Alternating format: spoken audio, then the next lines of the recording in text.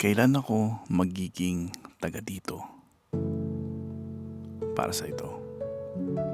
Alam mo yung pakiramdam na kahit ilang taong ka na dito, parang bisita ka pa rin. You walk into stores, you hear accents you're still trying to copy. And suddenly, you shrinked. Iniisip mo, do I really belong here? And then you remember, back home, you were someone. May pangalan ka, may identity ka. Dito, you're starting from zero. A blank page na kailangan mong sulatan ulit. Pero ito ang hindi mo napapansin. Every lonely dinner you ate alone. Every paperwork na hindi mo maintindihan. Every shift na halos hindi ka na makahinga.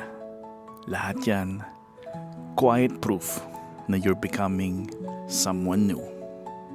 Growth is quiet. Healing is slow.